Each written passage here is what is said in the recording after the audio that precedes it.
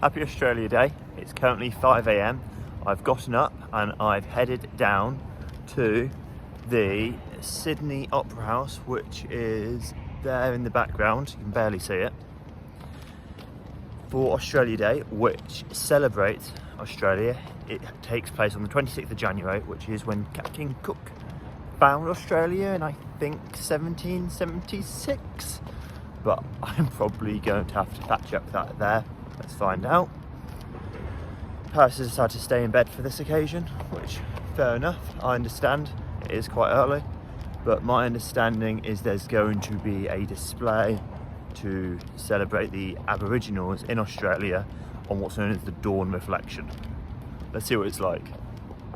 I'm going to butcher the name, but it's called the Wugulora Festival, which apparently means one mob and is about how we can come together and embrace each other in times of new beginnings and healing. So the festival itself, the ceremony itself, is about an hour long, so I'm going to try and show you some highlights throughout that festival rather than the full hour. Good morning. This is a sombre day, a day of mourning for the First Nations of this country. We need to show respect and commemorate the ancestors.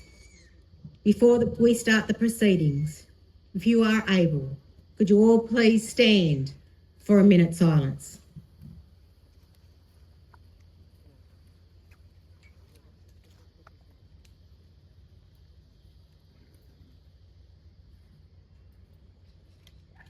What took place was genocide, irreversible trauma, poisons, and not just in our waterholes, but what others had in their hands later became placed in ours. The trauma and some of the introductions of new ways of living hasn't been healthy for all. Despite these traumas and shifts in our way of living, we are still here, still practicing, still inclusive. Our traditions are varied in our diversity across our lands, our dance, our ceremonies and our welcomes.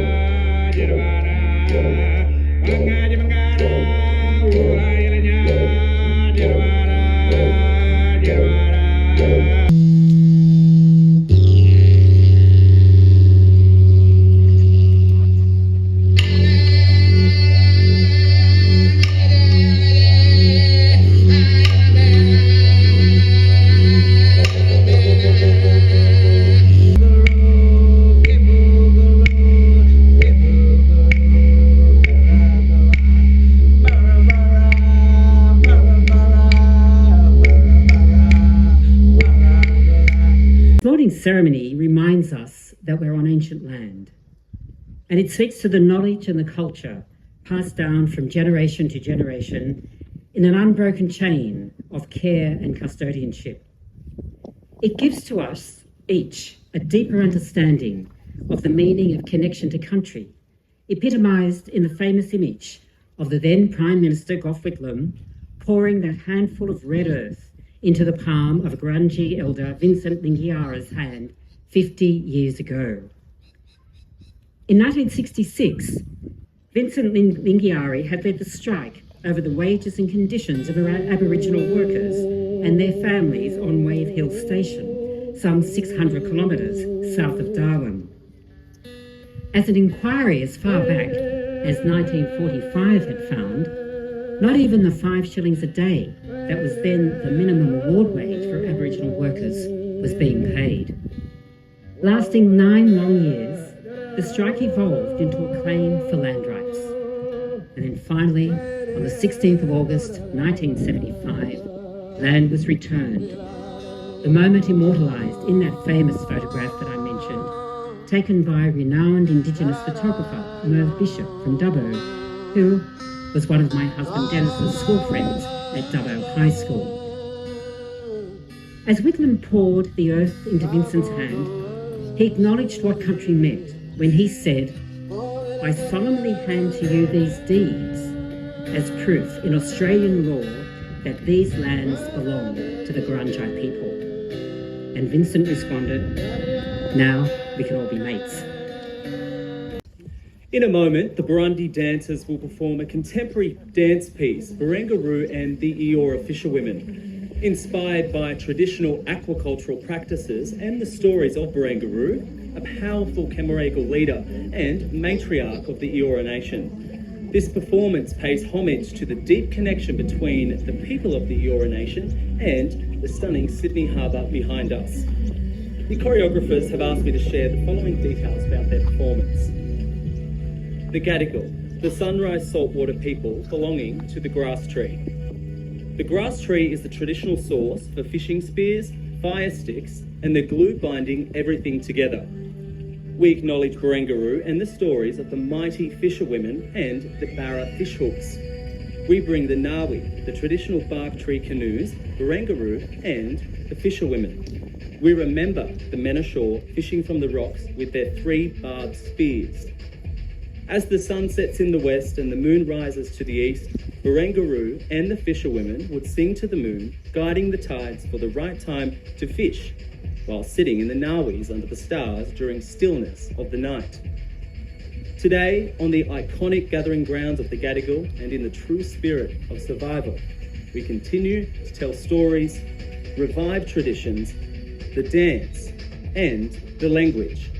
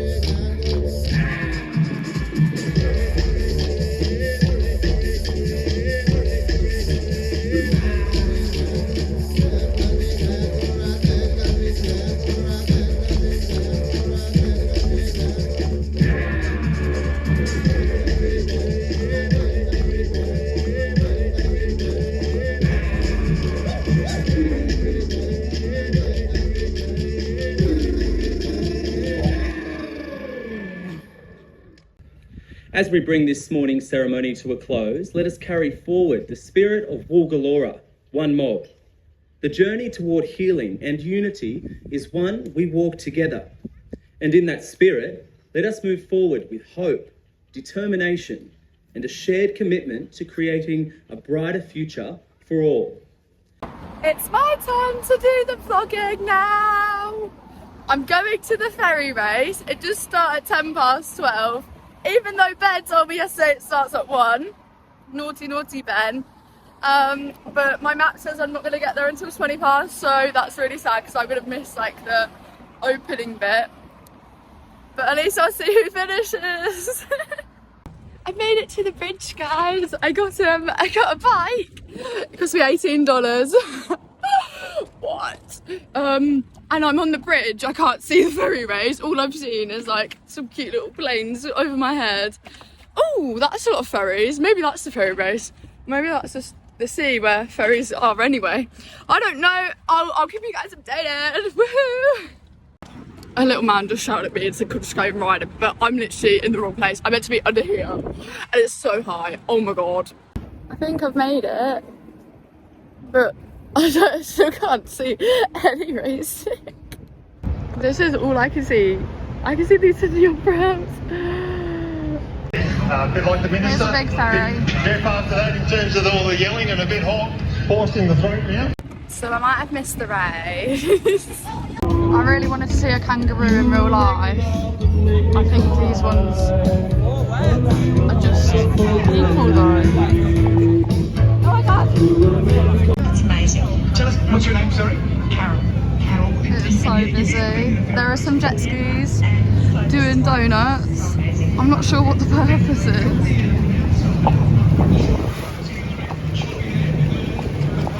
Looks pretty cool. There's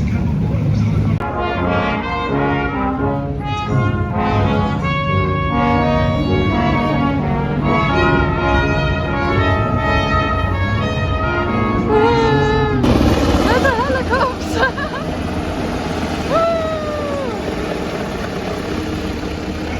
There's the bridge. Here's the Opera House. Yay! Me and Ben have been reunited at the Rocks. So there's a market here apparently every Saturday and Sunday, just minutes away from the Sydney Opera House, underneath the Sydney Harbour Bridge. Food options, alcohol, loads of stuff to buy. Safe to say, it's, well, I'm not saying it is expensive as such, it's just sort of London prices, and definitely the most expensive market we've been to in the last 3 months. Doesn't compare to Southeast Asia pricing. But there's free samples here, I know what everything is, and we've tried a few things. It does all taste quite nice. Well, you have to pay for samples of wine, which I've never actually seen before, but I guess it makes sense. People aren't just, taking the mick. Look at the horses! I didn't know Australia had horses in the police force.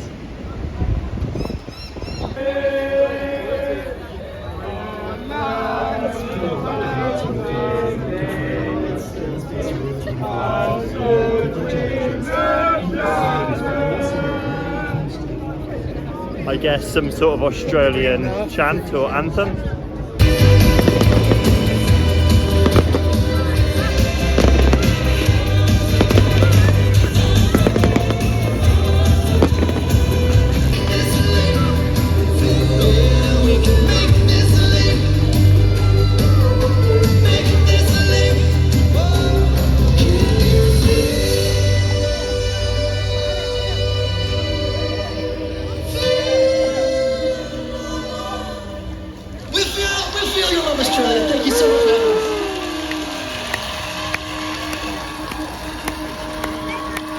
That was so much fun. Shepherd and Junkyard beats. Happy Australia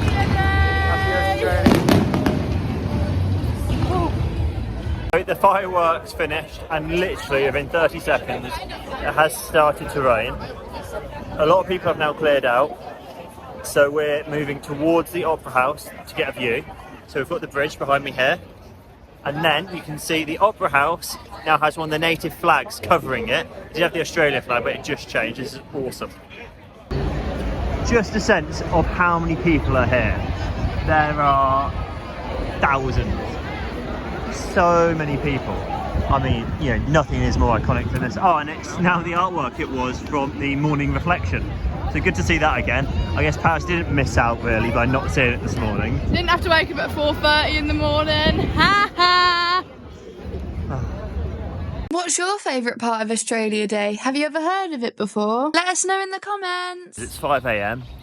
It's Australia today. No,